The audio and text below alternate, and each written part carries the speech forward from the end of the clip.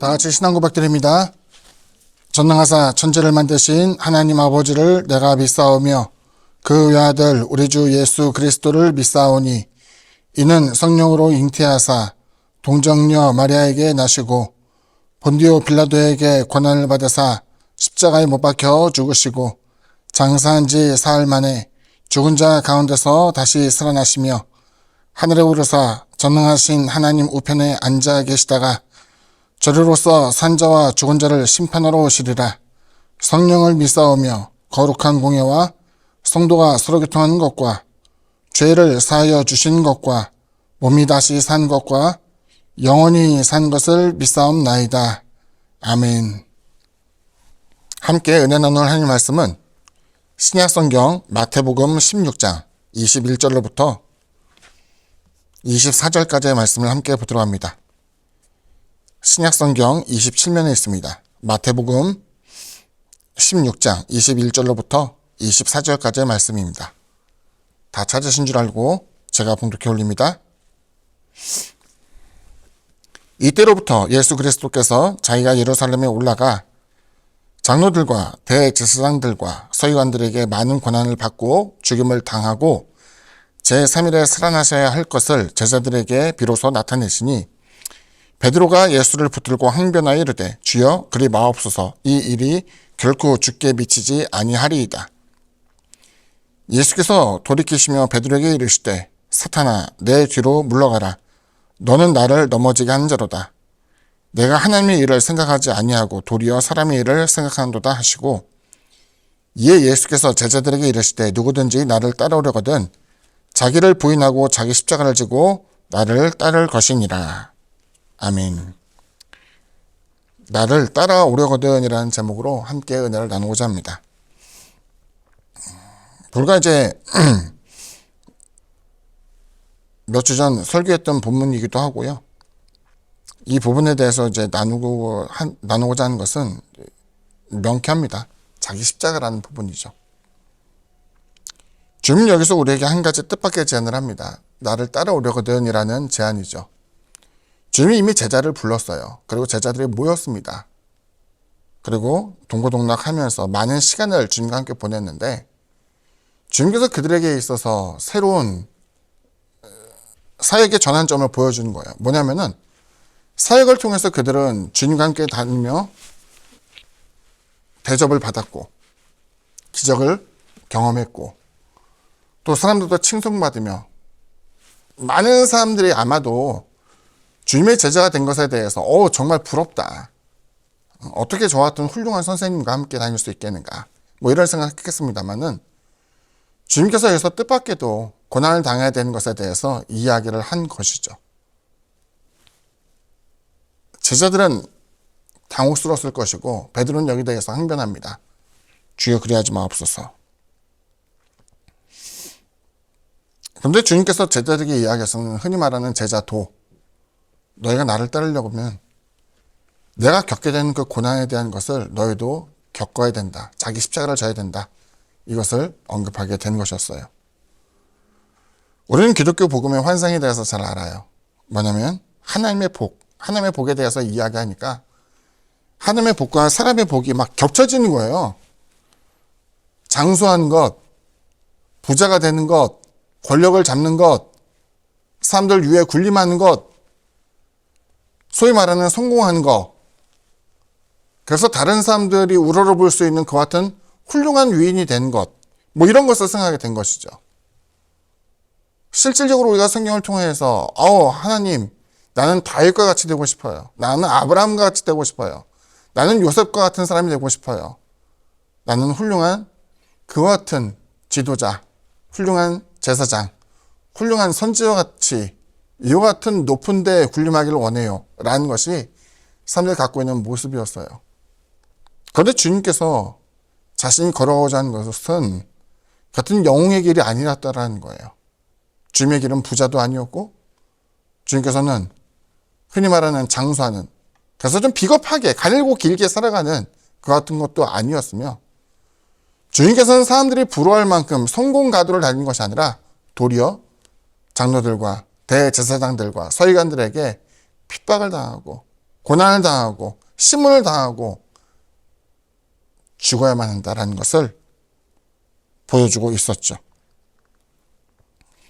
여기서는 아직 십자가에 대해서 표현한 것은 아니었어요. 주님께서 언급한 것의 내용을 보면은 주님이 먼저 십자가를 짊어진다라는 것이 없기 때문에 그 부분에 대해서는 좀 의아하다는 생각이 드는 것이, 주님은 자신이 십자가에서 죽게 된다는 것을 이야기하지 않고 도리어 먼저 제자들에게 자기 십자가를 지고 나를 따라야 된다라고 이야기한 거예요. 그러니까 이제 우리가 상상하는 거죠. 뭐냐면 주님이 십자가를 짊어 가시면서 제자들에게도 나를 따르거든 나처럼 똑같이 십자가를 져야 돼라고 한 게 아니라, 주님께서는 여기서 내가 그러니까 죽고 난 다음에 삶 안에 살아야 된다라고 이야기할 때에 죽을 때에 어떠한 방법으로 죽을지에 대해서 아직 언급하지 않았다는 거죠. 그러니까 주님께서 걸어가는 그 고난의 길을 내가 먼저 갈게. 근데 너희는 따라오는데 그냥 따라오는 게 아니라 십자가를 지고 나를 따라와야 된다라고 이야기한 거예요. 십자가의 상징은 저주의 상징이었어요. 모욕당하는, 사람들이 비난당하는. 그래서 십자가의 형벌을 누가 받는가에 대해서 이제 이야기를 하는데, 십자가의 형벌은 누구냐면은 살인자와 강도가 받는 것이 십자가의 형벌이에요. 십자가에 달리실 때 좌편 우편 강도에 있었던 강도들을 떠올리죠. 그리고 빌라도에게 신문당할 때에 주님의 죄패에 적혀있는 것이 뭐였냐면은 유대인의 왕이었어요. 반역자. 로마에 대한 반역자가 바로 그와 같은 십자가 형벌을 받게 되는 사람이었어요. 십자가 형벌 그러면은 이제 무시무시하고 끔찍하게 여겨지지만, 더 공포스러운 것은 뭐냐면은 죽음이 한순간이 아니에요. 우리나라에서도 과거에 처형을 하게 될 때에 사람을 죽일 때에 목을 베는 끔찍한 문화가 있었다고 하는데, 거기는 이제 망나니가 칼을 들고 이제 막 휘두르잖아요. 근데 이제 적지 않은 돈을 망나니에게 줘야만 했대요. 왜? 고통을 가능하면 좀 짧게 하라고. 만약 돈을 주지 않으면은 목을 수차례 내리치게 되는 더 끔찍한 일이 생기기 때문에 형벌을 받는 그 와중에서도 적지 않은 돈을 찔러줘야만 그 고통을 경감시키는 거예요. 십자가 형벌은 아마도 이른 시간에 이루어졌을 것이고 밤이 맞도록 계속 진행이 되는 거예요.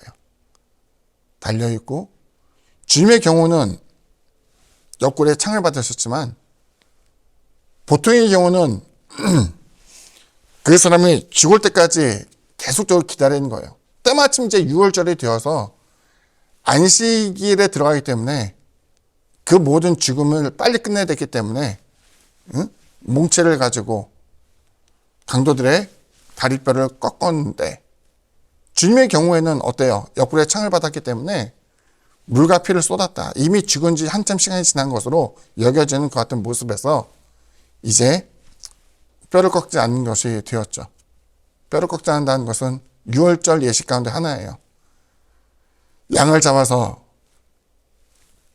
문지방과 좌우 설주에 바르고 불에 구워서 고기를 먹되 쓴나물과 함께 급히 먹고, 먹을 때도 규칙이 있었어요. 뼈를 꺾지 말아야 된다라고 이야기한 것처럼 주님이 이와 같이 뼈를 꺾지 아니하는 그 같은 모습에서 하나님께서 정하신 6월절 예식, 그리고 하나님의 어린 양이 되어서 모든 인류를 구원하고자 하는 하나님의 계획이 무엇인가를 보여주게 되죠.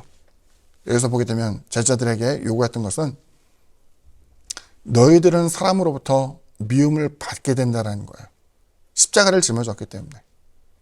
이 같은 숱한 사람들의 고난과 오해, 그리고 사람들의 미움을 받게 되는 그와 같은 모습에서 주님께서는 이것을 감내할 수 있어야만 나를 따를 수 있다는 것을 이야기해요.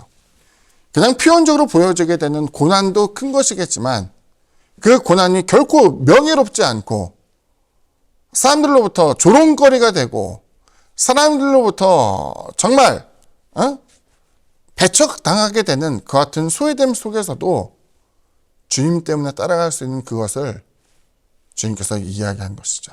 그리고 주님의 십자가는 당연히 남을 위한 십자가였잖아요. 제자들이 짊어져야 되는 그 십자가는 주님 때문에 내가 살인자가 됐어요. 주님 때문에 내가 강도가 됐어요. 그래서 내가 십자가를 지고 주님을 따릅니다. 이것을 이야기하는 것이 아니라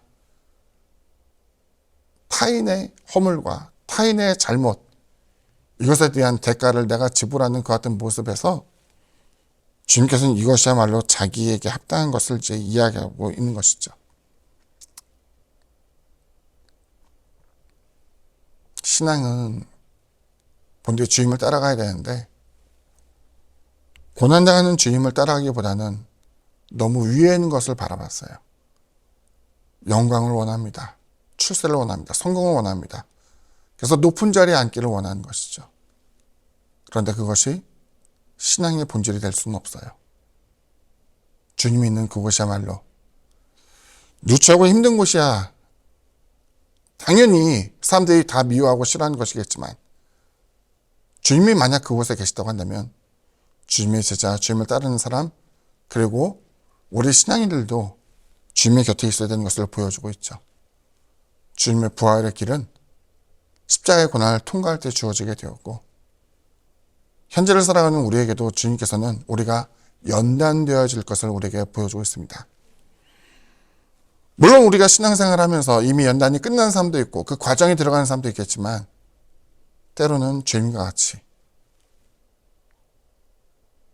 까닭 없이 미움을 받고 까닭 없이 모욕을 당하고 까닭 없이 사람들부터 손가락을 당하는 경우도 있을 수 있어요. 하지만 주님을 따르는 데 있어서 그 여정이 이상하다 생각되지 아니하고 주님을 따르며 끝까지 순종할 수 있게 되는 저와 여러분 되기를 주님의 이름으로 부탁을 드립니다. 기도합니다. 사랑의 주님, 주님께서 십자가 고난을 겪으실 때에 그것은 주님의 허물 때문이 아니었습니다. 오히려 주님은 사랑을 베푸셨고 은혜를 나누었음에도 불구하고 강도들과 고난당하는 그 자리에 있게 되었습니다. 주님은 우리에게 우리의 고난이 명예롭지 않을 수도 있다는 것을 보여주고 있습니다. 십자가를 짊어지게 되는 것처럼 사람들로부터 미움당하고 까닭없이 조롱을 당하게 되는 같은 모습도 있겠죠. 고난도 견디기 힘들지만 사람의 비아냥 소리를 더욱더 힘들게 여기는 사람들도 분명히 있을 것입니다. 하지만 이것이 끝이 아니라 주님과 함께 걸어가는 그 길 마지막에 하나님의 영광이 있음을 다시 한번 기억하면서 주님과 동행하며 주님의 제자가 되고 주님의 제자로서 선을 행하고 사랑을 전할 수 있는 우리가 될 수 있도록 은총 베풀어 주옵소서. 예수님 이름으로 기도드립니다. 아멘. 하늘에 계신 우리 아버지여, 이름이 거룩히 여김을 받으시오며 나라가 임하시오며 뜻이 하늘에서 이루어진 것 같이 땅에서도 이루어지이다. 오늘 우리에게 일용할 양식을 주시옵고 우리가 우리에게 죄 지은 자를 사하여 준 것 같이 우리 죄를 사하여 주시옵고 우리를 시험에 들게 하지 마시옵고 다만 악에서 구하시옵소서. 나라와 권세와 영광이 아버지께 영원히 싸움나이다. 아멘.